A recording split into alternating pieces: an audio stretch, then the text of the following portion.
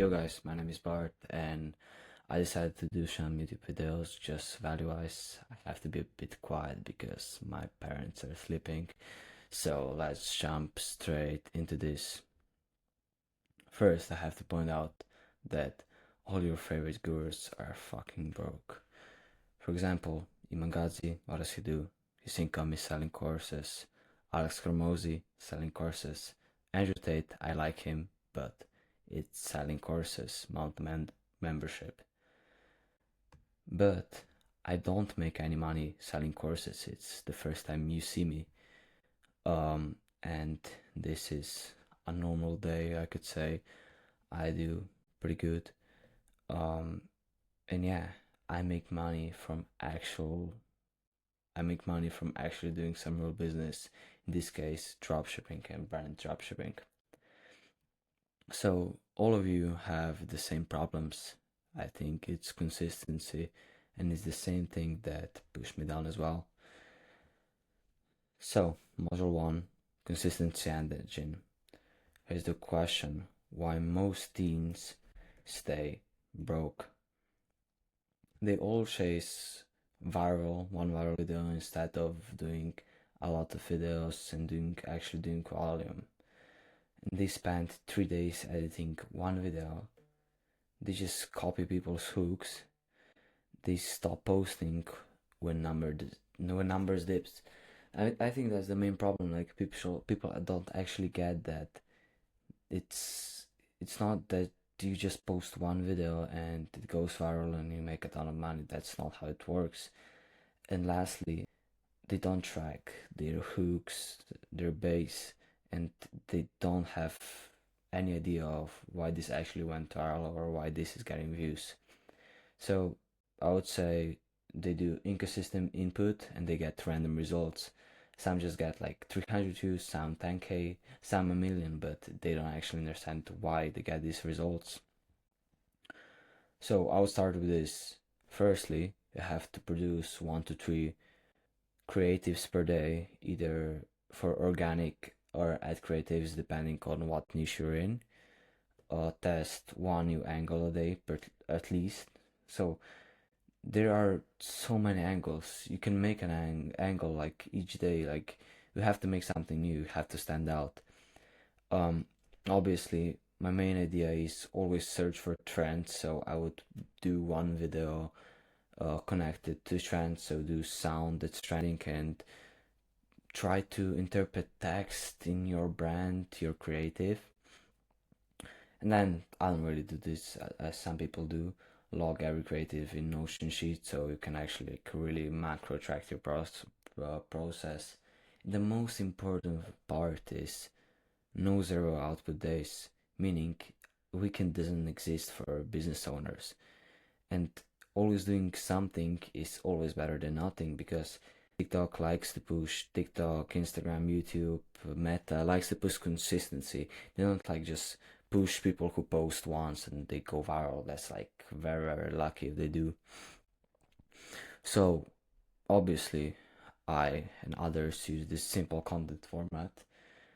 And it's baseline for all of the structures. So first you obviously have the hook. You probably heard this 1,000 times by now. Um, you call out the problem or the pain, then you have the tension.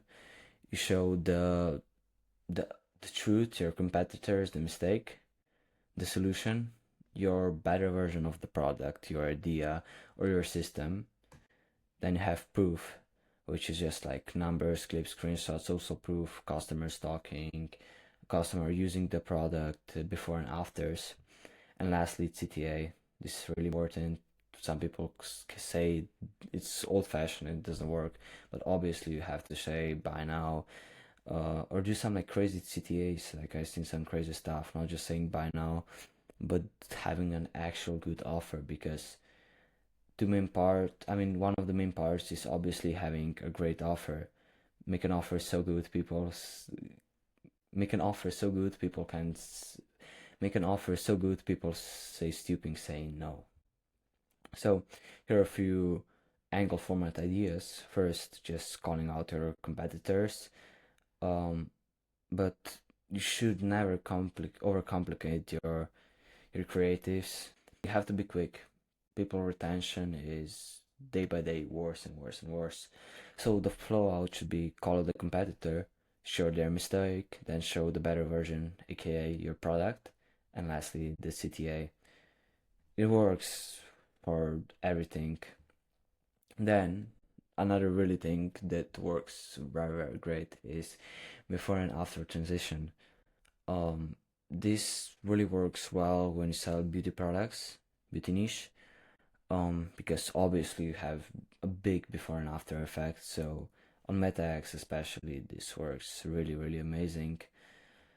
Um, Third is the story or POV. I think this works very very very good. I guess depending on your niche, but should be for everything. Um, you should always people like to have an emotional connection to a brand or whatever you're selling. They just don't want to buy from a big company. That's why they buy from you. So you obviously have to say be different. Like me, I'm 15, I'm making crazy money. Like no one's doing that at 15, especially in my country. So here is like a few hooks I would do for my short form content is I built a 100k per month brand at 15 for my bedrooms. POV, you and bro are locked in for the Q4, etc., etc. And then for the story part, you just have to make a story and you have to explain how you made it to this point. And lastly, and this also works very great. This is like for the part where you could say doing something is better than nothing. When you have a very busy day, I understand that happens sometimes. You could just do viral sound and text, meaning you just like find a viral song and then just do and you just put like clips and match the beats. You can do like on CapCut, it doesn't really matter, and match it with the stuff. And yeah, just do like possibly a viral text or just something like again POV, your aesthetic, blah blah blah blah blah blah. You know the drill. So let's go to the second part, module two. And I think a lot of people just like overcomplicate the shit out of this, to be honest. Um, so let's get to campaign setup. It should be very, very simple. Like some people are calling, oh yeah, this is the method. You need to duplicate the campaign, blah blah blah. It's fucking bullshit. That's not gonna make you rich, bro. It's all about the creatives after all. It's not gonna make the ad description. That's not gonna change a lot. Like when you're scaling, doing big numbers, yeah, like 3 to 5% improvement is a lot at big numbers, but at 100 euros, it's nothing. It doesn't matter, right? So what I would do is that do 1 to 2 ad sets, obviously broad interest because Facebook has the interest to make you money, so you shouldn't like pin down your own personas, and then do 5 to 10 short form content creatives per ad set. But I think you can like fill it up to like 50. It doesn't really matter. Obviously, the objective is sales. No add to cart. This is bullshit. Um, and I got stuck at the pixel part, bro. It's just like, really simple. You get it. Like watch a few videos on how to connect the pixel. And daily budget. I mean, you can start low. Obviously, $10 won't get. It depends also on your product price, but I wouldn't go anywhere below like 30. But that's really the bare minimum. Like 50, it's like a good start. But like 100 is pretty good then. And obviously, you shouldn't like over optimize a creative that you don't know if it's gonna do. You start optimizing different angles, a lot of angles, different bases, this word, that clip. You do that when you have a winning creative, not when you have zero creatives. You just like test angles, different ideas. Then go the weekly creative targets. I think it's pretty simple. So per week you should produce 18 to 30 creatives, meaning you need to do at least 3 creatives per day if you want to like really lock in. Um, and I mean, again, you shouldn't like overcomplicate it on the launched ads part. So yeah, this again doesn't matter. it's not luck based. I mean, it kind of is. You obviously have to test before you get a winner, but the more volume output, that's my whole point of this video. The more output you have, the bigger your chance of luck gets. So in this, a lot of gurus use this. You have to kill, keep, and you do scaling rules. Read this data, oh, CPC, hook, retention rate, blah blah blah blah. Bro, it's not real, bro. It's only about getting sales or no sales. It's simple as that. So don't overcomplicate it. Obviously, you can look at statistics, but at the start, I think it's just like about the sales or no sales. So here is the consistency versus the person who like puts 3 day into one creative. So let's take a random dropshipper for example. He posts when he's inspired. He watches his TikTok, da da da da da da da, retarded. Then he like gets a crazy idea. Oh yeah, I can do this for my brand as well. No, you can't. It's not the same. So he copies, um, and obviously the videos don't get views. The meta ads doesn't work, and he tests like 2 to 3 creatives per week maybe or per month, and then he cries, "Oh yeah, meta ads are dead. Dropshipping is dead. Brand dropshipping doesn't work. Blah blah blah. All this stupid shit." He doesn't have a persona. He doesn't do any tracking, and his emotions are driving his decisions. It's all about discipline. You don't make money from getting motivated. Of course, that's better, even better if you're motivated, but that's not gonna bring you a lot because you don't have motivation all the time. But what you have all the time is the discipline. So, and here is a successful brand owner. He obviously does his work every day, either sad, lonely, happy mood. He does it every day. He understands, yes, that he needs to meet the quota. He makes the decision of data, not emotions, so sales or no sales, and then recycles across organics plus ads. What that means is if you have a TikTok video that did 1 million views, it has a big potential that will do very well on ads as well. So he tested that and built more angles around it.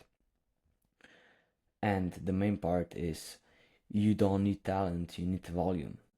Talent and motivation is not going to bring you far. It's all about the volume. So the more content you output, the more money you get because we live in attention-based society. It's not USD, it's not euro, it's all about attention.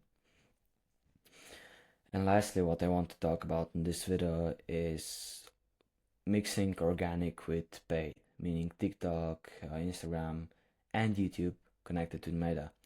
So again, the non-negotiable rules is the every creative you make should get posted on TikTok, should get posted on IG Reels, and should get posted on YouTube Shorts.